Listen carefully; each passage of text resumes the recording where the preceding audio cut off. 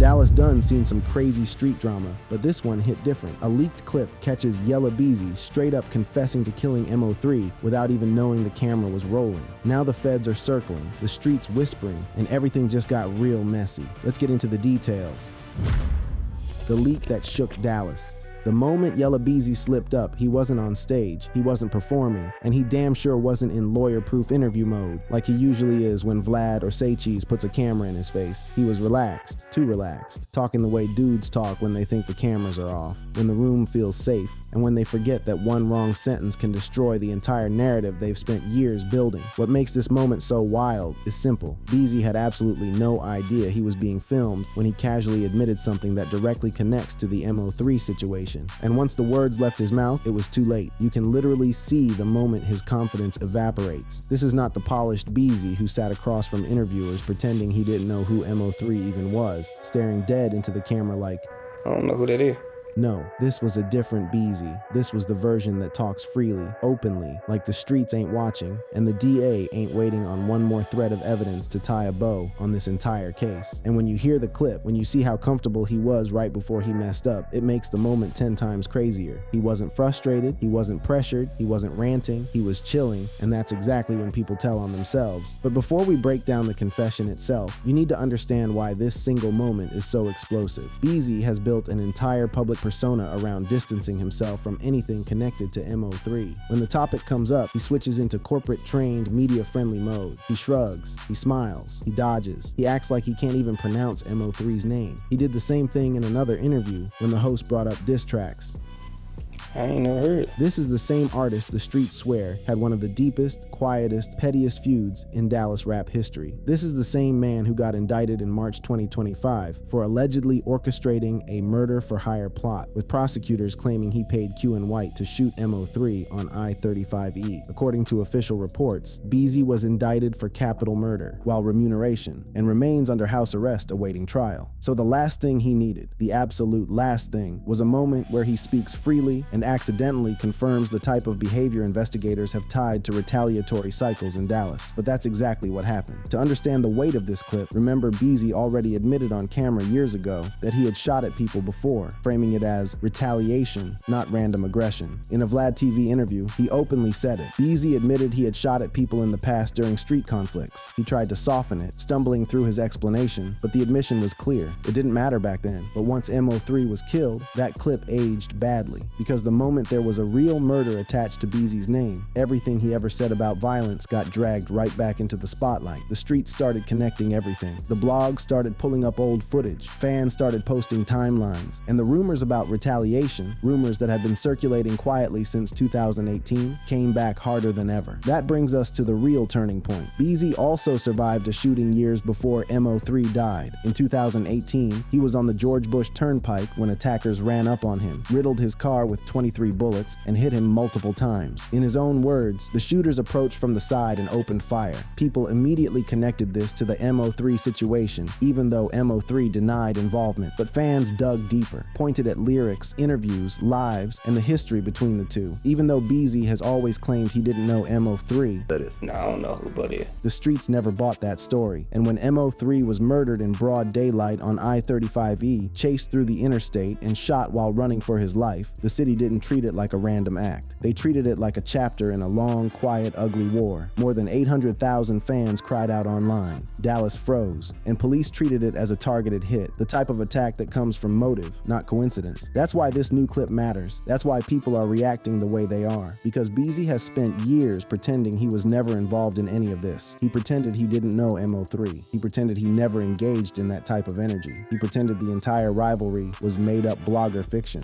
But now we have footage that shows a totally different side of him. A side that talks freely. A side that reveals things he normally hides. A side that accidentally lines up with what investigators have been alleging for years. And the craziest part? The confession didn't come from rage or pressure. It wasn't some heated argument. He wasn't cornered. He was laughing, chilling, comfortable, talking like the cameras were off. And that is when the truth slipped. He said a sentence he should have never said. He mentioned something he has denied publicly for years. He hinted at a moment connected to this entire situation situation, thinking nobody was recording, but the camera was rolling the whole time, and that one sentence, just one, changes everything. What makes this moment even more insane is the way Beezy reacted the second he realized what he said. His whole vibe changed, his face tightened, his shoulders shifted, and he suddenly remembered he was a man with an open capital murder case hanging over his head. He tried to correct himself. He tried to play it off like he didn't mean it, but the damage was already done. When someone says something they're not supposed to say, you can feel the panic hit them, and Beezy felt it instantly. And the reason that panic hit so hard is because for years he has fought publicly to distance himself from anything that sounds like retaliation or connection to Mo3. Every interview he does on the topic is drenched in denial. The entire time he spoke with Mo3's, for example, he acted like Mo3 was a name he'd never encountered in his entire life. I know everybody from my city making noise.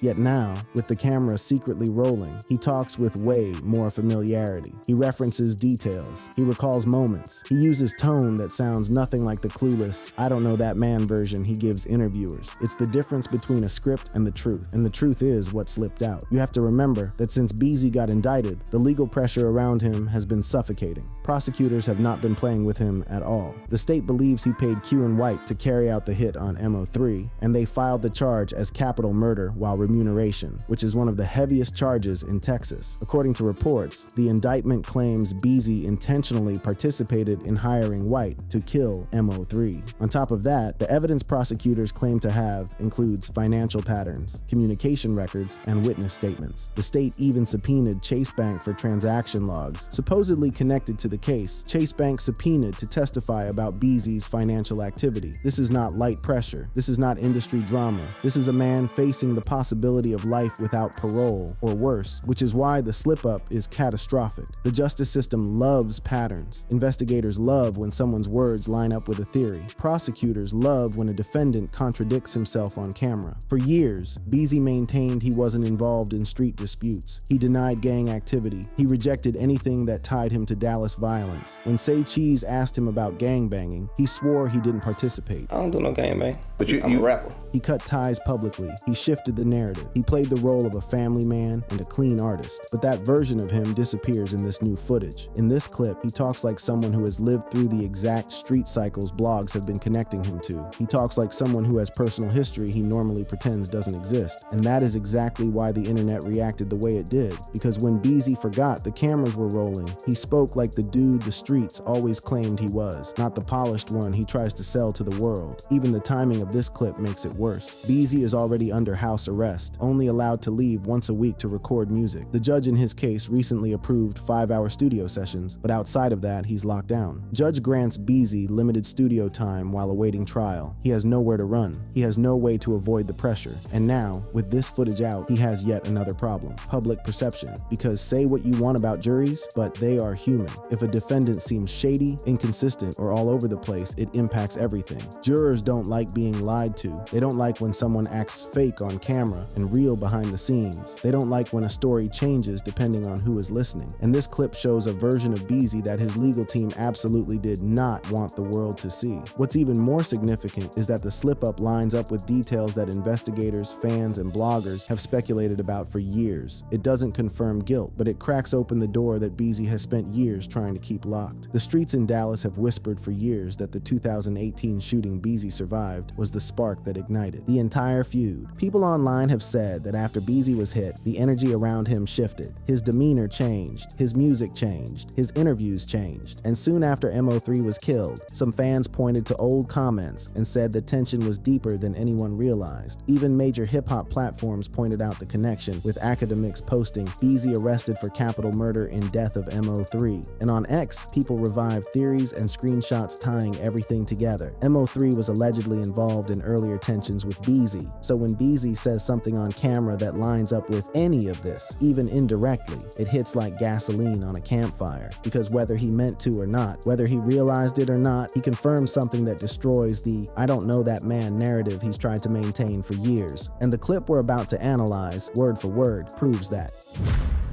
when the mask slipped and the truth came out. The craziest thing about this entire situation is that the moment Beezy slipped up, he didn't just hint at street problems or old issues. What he said lined up directly with years of rumors, years of tension, and years of half-whispered Dallas conversations that nobody wanted to say on camera. And what makes part 2 even wilder is that once you put this secret clip beside everything Beezy has publicly denied, all the dots start connecting by themselves. Because if you go back far enough, this whole story was never just about rap. It was never just two artists who happened to be from the same city. The Dallas scene has been tense for years, almost boiling at times, with different neighborhoods, crews, and personalities bumping into each other constantly. And Beezy and Mo3 were two rising stars in that exact pressure cooker. But the way Beezy tells it publicly, you would think the man was a quiet suburban dad who just happened to make trap music on the weekends. He talks about not knowing people, talks about staying out the way, talks like the biggest drama in his life was choosing between Gucci sneakers or Dior slides. But behind the scenes and behind the cameras, there was a completely different story unfolding, one that involved shootings, retaliation rumors, online subliminals, real-world funerals, and an entire fan base watching every move like a chess match played in public. That tension didn't start with Mo3's death. It started way, way earlier. Back when Beezy survived his own shooting in 2018, rumors exploded instantly. People online dug through lyrics, interviews, clubs, and IG lives trying to figure out who might have been involved, and one name kept popping up, even if nobody wanted to say it too loudly. That's why when Beezy did interviews after surviving being hit 3 times, the public watched him closely. According to reports, Beezy's car was struck 23 times during the attack, and he barely made it out alive. That alone would traumatize anyone. But Beezy's reaction afterward raised eyebrows, because instead of acting like someone shocked by what happened, he came off extremely calm, almost too calm. He didn't seem confused. He didn't seem lost. He seemed like someone who already knew what that type of situation felt like, someone who had seen things before, which lines up with his own words years before the Mo3 case ever existed. In 2019, Beezy openly admitted to shooting at people in the past, something that would have blown up the internet today if he said it now. In that interview, he tried to justify it. He claimed he only shot at people in retaliation, not out of aggression. So when you take that admission, place it beside the tension around the 2018 attack, and then fast forward to Mo3 being killed in 2020, you start to see a pattern, whether Beezy wants to admit it or not. And the new secret clip that leaked, the one he didn't know was being recorded, the one where he slips up and says way too much, that clip fits into that timeline perfectly. Because when he casually referenced a situation, one he's denied for years, the internet didn't need an official press release. They instantly knew exactly what he was talking about. And it wasn't just fans who caught it. Bloggers, commentators, even people in Dallas who normally stay quiet started commenting. Because this wasn't a normal slip-up. This was a man whose entire legal defense depends on "I wasn't involved," accidentally talking like someone who very much was involved. Everything that prosecutors, investigators, and fans have spent years arguing about suddenly felt confirmed. Not legally, not officially, but in the way that matters most, the kind of confession that comes out when the mask drops. And this is where the story gets even darker. When Mo3 was murdered on I-35E on November 11, 2020, the city was shaken to the core. The attack was bold, it was public, it was personal. According to police, Mo3 was chased on foot and shot multiple times by a gunman who pursued him on the interstate. An innocent bystander was wounded as well. The moment news broke, social media exploded. Within hours, people started linking the killing back to the 2018 attack on Beezy. Some fans even pulled old clips of Mo3 referencing violence or hinting at past issues, while others brought up Beezy's "I don't know him" interview moment and accused him of lying. It went from tragedy to conspiracy in minutes. Then things got even messier. Dallas police made their first major arrest, Quan Dontrell White, the man accused of being the shooter. He was charged in early 2021. Later, federal documents linked him to illegal weapons, leading to a 105-month federal sentence for gun possession. But it was Devin Maurice Brown, the alleged accomplice, who cracked open another layer. Court filings claimed Brown admitted being upset over a woman he was dating, a motive prosecutors said tied into the entire situation. Brown allegedly admitted he was upset over a woman connected to Mo3. It was drama, heartbreak, revenge, and ego, all twisted into one deadly knot. Still, Beezy seemed untouched. The streets talked, bloggers theorized, fans debated, but Beezy stayed silent. He focused on music, posted pictures, and publicly carried himself like a man who had nothing to do with any of it. Then came March 18, 2025. A Dallas County grand jury indicted him for capital murder while remuneration. The charge means one thing: the state believes Beezy didn't pull the trigger.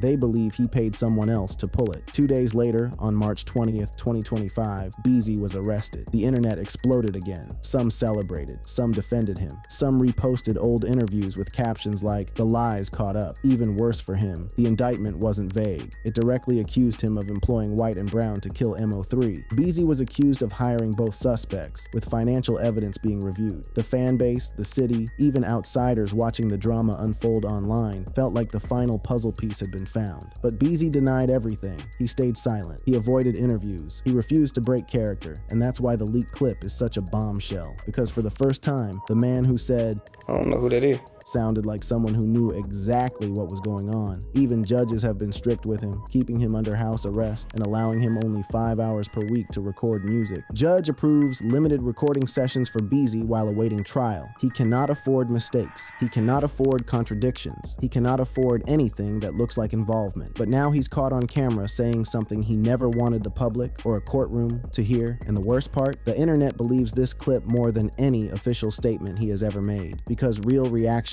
don't lie. When people are comfortable, they tell the truth by accident, and Beezy was way too comfortable. The sentence that changed everything.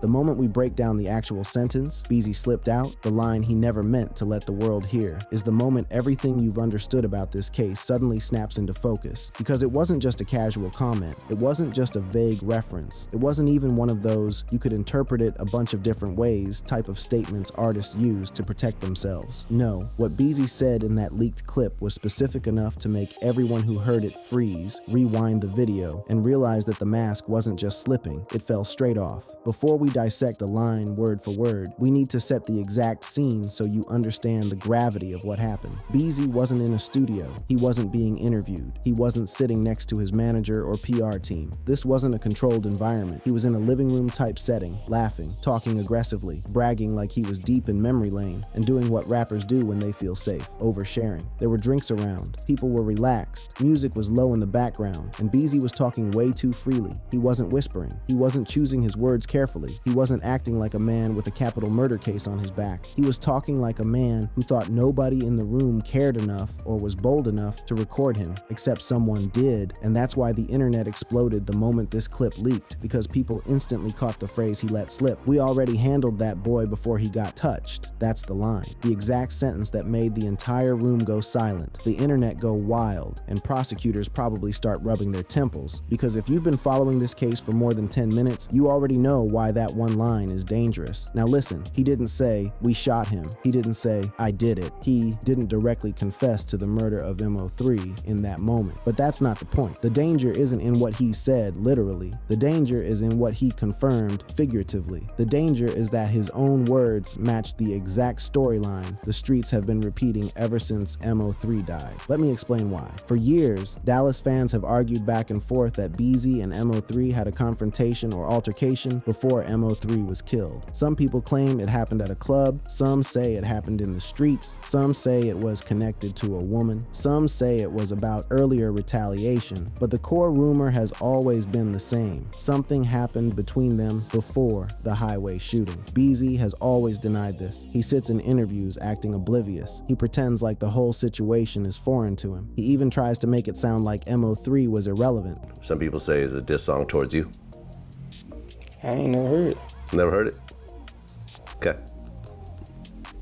So I guess that's all there is to it. Yeah, I don't even know who you fuck you talking. Except now he's caught on camera saying, "We handled that boy before he got touched." That sentence alone shatters the image he's been selling for years. It tells you he wasn't unaware. It tells you he wasn't uninvolved. It tells you Mo3 wasn't some stranger who randomly died one day. It tells you something happened, something personal, something Beezy felt a part of. And the internet didn't need extra evidence to connect this moment back to everything else. Because when you pair his slip up with the timeline prosecutors have laid out, everything starts to align disturbingly well. According to state filings, Beezy allegedly organized a plan involving White and Brown for retaliation. When the leaked clip dropped, fans immediately took screenshots and began comparing it to older footage of Beezy dodging questions. The difference between the two versions of him was insane. People dug up old episodes where Beezy claimed ignorance, like, somebody right now, we talking right now, somebody right now probably getting shot up right now. Like, shit, you gotta stay out the way, man. But now we have raw, unguarded footage showing a completely different level of familiarity. So familiar that he talks about Mo3 as if their conflict was an open secret within his inner circle. And everything escalates when you rewind the clip and watch Beezy's face the moment he says the line. He doesn't look powerful. He doesn't look proud. He looks scared. His eyes shift. His mouth tightens. His entire demeanor changes. You can literally watch the realization hit him. I said too much. He tries to laugh it off. He changes the subject. He picks up his drink. He leans back. He breaks eye contact. Every classic sign of someone who knows they crossed the line. As soon as the clip hit social media, bloggers immediately started comparing this reaction to his reaction in other interviews. For example, when asked by Say Cheese about gang ties, his response was stiff and defensive. I don't do no game, man. But I'm a rapper. But the leaked footage shows a man who is absolutely comfortable discussing street retaliation. That's the contradiction. That's the inconsistency prosecutors love. And that's the type of moment juries never forget. Because one thing is universal. People trust the version of you that slips out when you're comfortable, not the version rehearsed for the camera. And the timing of this clip makes it even more catastrophic. Beezy is currently under house arrest awaiting trial, with only 5 hours per week to record music. The judge made it clear that any mistake, even something small, could be used as justification to restrict him further. Judge imposes strict monitoring on Beezy during pretrial release. This leaked clip isn't a small mistake. It's a bomb. And once it hit the internet, Dallas exploded. Some people said it was the final confirmation. Some called him careless. Some said they always knew. Others said it was a setup. But nobody,